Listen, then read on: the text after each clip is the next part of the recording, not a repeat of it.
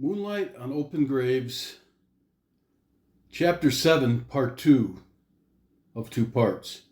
In Chapter 7, Part 1, I'll bring you up to date. Vern was out cutting hay on his farm. Hot summer day, 1955, Kentucky. And he hit a woodchuck hole with his harvester, which did some damage to the harvester. So he drove his tractor and the harvester back to his farm, and he's out working on his harvester in the hot sun, fixing it, when his younger sister's boyfriend from college arrives for a visit, and his new car, her boyfriend's name is Ricky. Now, Vern is 35 here. His younger sister is 22. For whatever. She's home for the summer at the farm from college. And Ricky pulls up into the farm in his new car while Vern's out working on the harvester. So, Chapter 7, Part 2. When Ricky pulled into the Hicks farm, he saw Vern before Vern saw him. Vern had his shirt off, and his lean, tan body was sweaty as he rhythmically swung the big hammer in one hand, forcing some stubborn metal to slowly yield to his will. The hammer cut wide arcs through the air, and each clang, clang, clang beat out a church bell like welcoming. In a way, Vern's face had a steel, determined look, harder than the iron he was shaping. A cutting torch was nearby. Clang, clang, and then Vern saw Ricky's car moving up the driveway very slowly. He stood up and squinted at the approaching car. Must be Ricky, he thought as he put on his general smile. The Ford Model A series were well-made, solid cars. Much aesthetic attention was placed in the design and beauty of the car's lines that was in fullest expression when set to motion. When Ricky's Ford rolled off the production line, it was Ford perfection at its peak. All passing dreams of illusionary metal bliss. Time. Though 25 years may perfect a woman's supple, earthly figure, time manifested itself in other ways upon the American icon of ingenuity. The rear fender was missing off the 1930 Ford Model A four-cylinder coupe. The once shiny black paint was now weathered to a drab shade of flat charcoal gray. Vern whistled. Holy shit, look at that thing, he said under his breath. Then he recognized Ricky's head behind the wheel. The head looked small and the face serious. Smoke trailed the car as it knocked and wheezed and hissed right up to a stop 10 feet before Vern. Bang! The Ford backfired loudly and belched out a puff of smoke as the engine shut down. The chickens were heard clucking and fluttering about as Annabelle whinnied and ran in nervous circles in the corral. Vern felt his humor rising, like a flood pushing against a levee. But he held it back so as not to offend the driver, who was looking at him as Vern approached the driver's side of the car. Ricky got out and stretched. They shook hands. Hey, Ricky, glad you made it. Hey, Vern. Yeah, Ricky said. Vern leaned in the driver's side and pointed out the spark advance knob on the steering column. You know, these old boys, you gotta adjust the spark advance when you idle down or take off, or they'll backfire or worse every time, Vern said. This advice rubbed Ricky the wrong way. Who the heck was this hick to tell him anything? Ricky was thinking. Why, he almost had his degree in psychology done. He knew things that were light years beyond this simple man.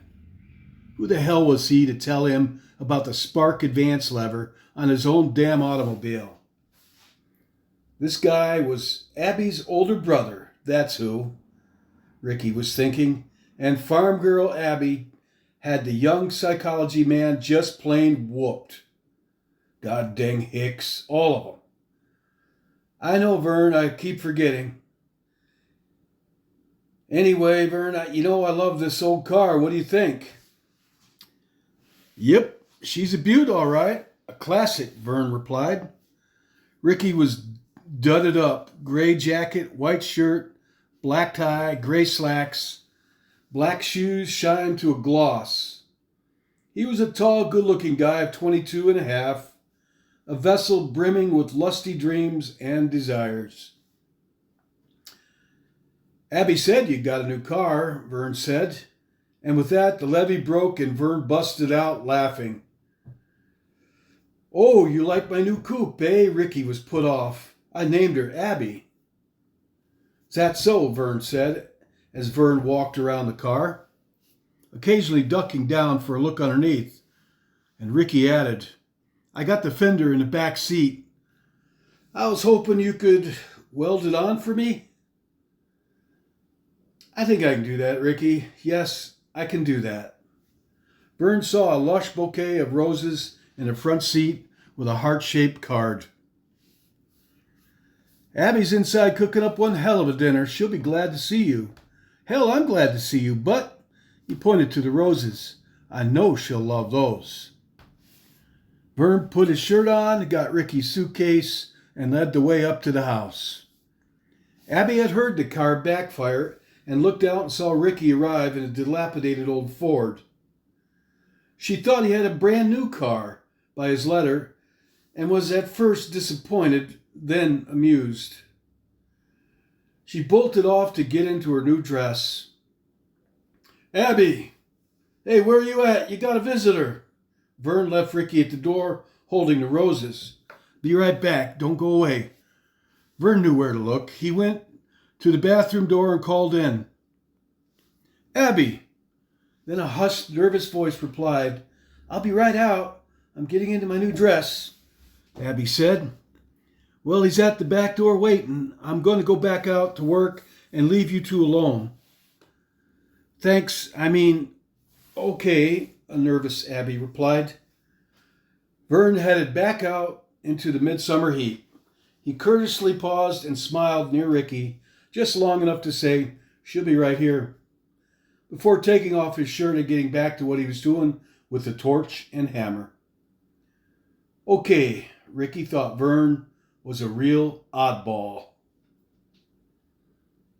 Near dinner time, Abby went out and found Vern shoveling manure out of a wheelbarrow and into a spreader that was power hitched to his farmall. Whew, couldn't this have waited? You're going to stink up my dinner table, Abby said.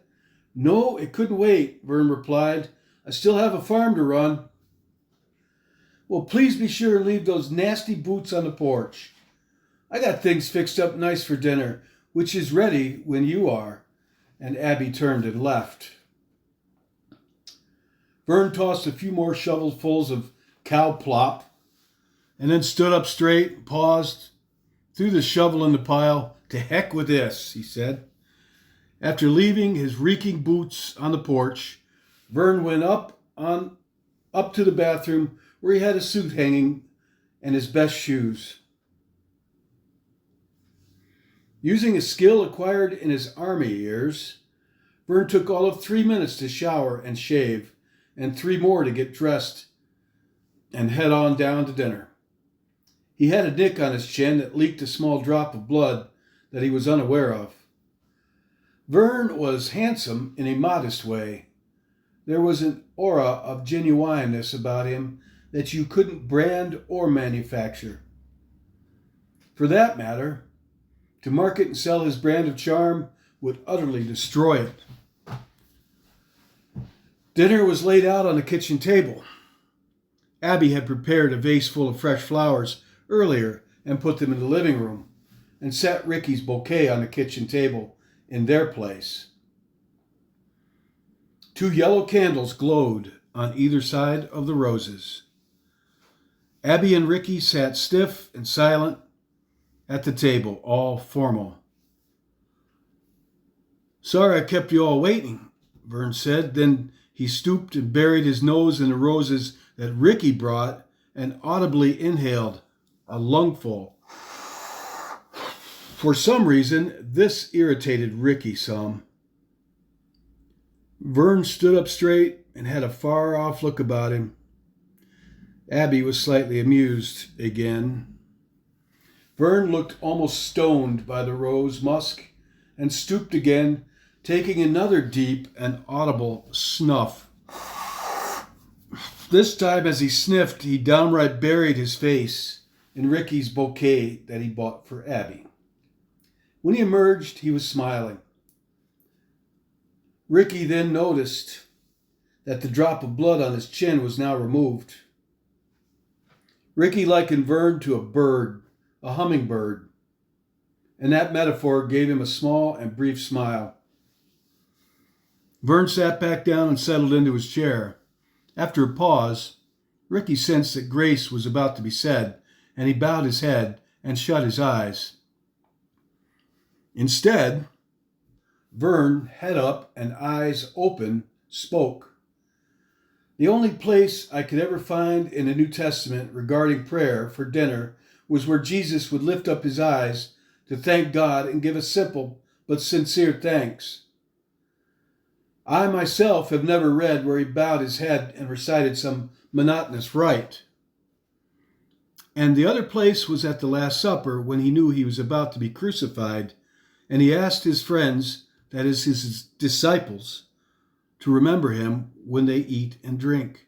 So," and he reached over and clasped Ricky's hand in his left, and then Abby's hand in his right, and looked straight up at the ceiling, eyes wide open, and with a smile, "Thank you, Lord, for this meal.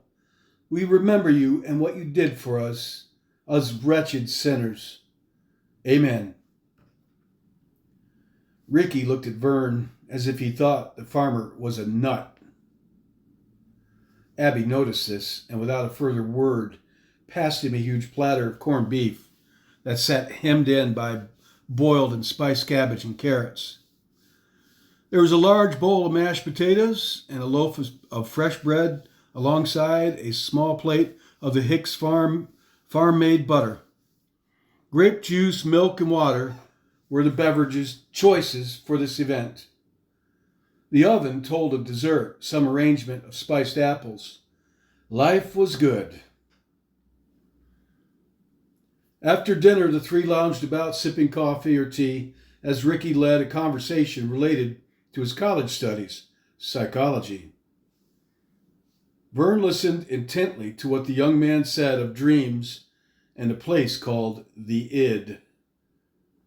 According to Freud's psychoanalytic theory, the id, Ricky was saying, the id is one of 3 divisions in our total psyche that is completely unconscious. Ricky went on, the id is the source of psychic energy that arises from instinctual needs and drives. The id is vast compared to our conscious ego. My teacher likened it to the mountain of ice beneath the iceberg's visible cap. And he got up and filled a large punch bowl with tap water and dropped an apple in it to illustrate his point. Vern finally spoke. "So let me get this straight," Vern said. "The part of the apple that is above the water represents our conscious self, exposed and reaching to the stimulus of our natural world, but our vast subconscious self rests hidden beneath the surface?" Vern said. "That is right," Ricky answered, "and it's that hidden portion that actually dictates to and drives our conscience part. Vern thought about what Ricky was saying. And Vern replied, so using this model, how does the water and the air relate to what is represented in the model of the apple? Ricky was slightly taken off guard by the farmer Vern's ability to reason and communicate. Apparently there was more to this hick than what showed. It did not occur to Ricky that Vern embodied the theory in ways better than the apple in the pot. Here was a working, living model of Freud's theory. There was much more to the man than what was seen.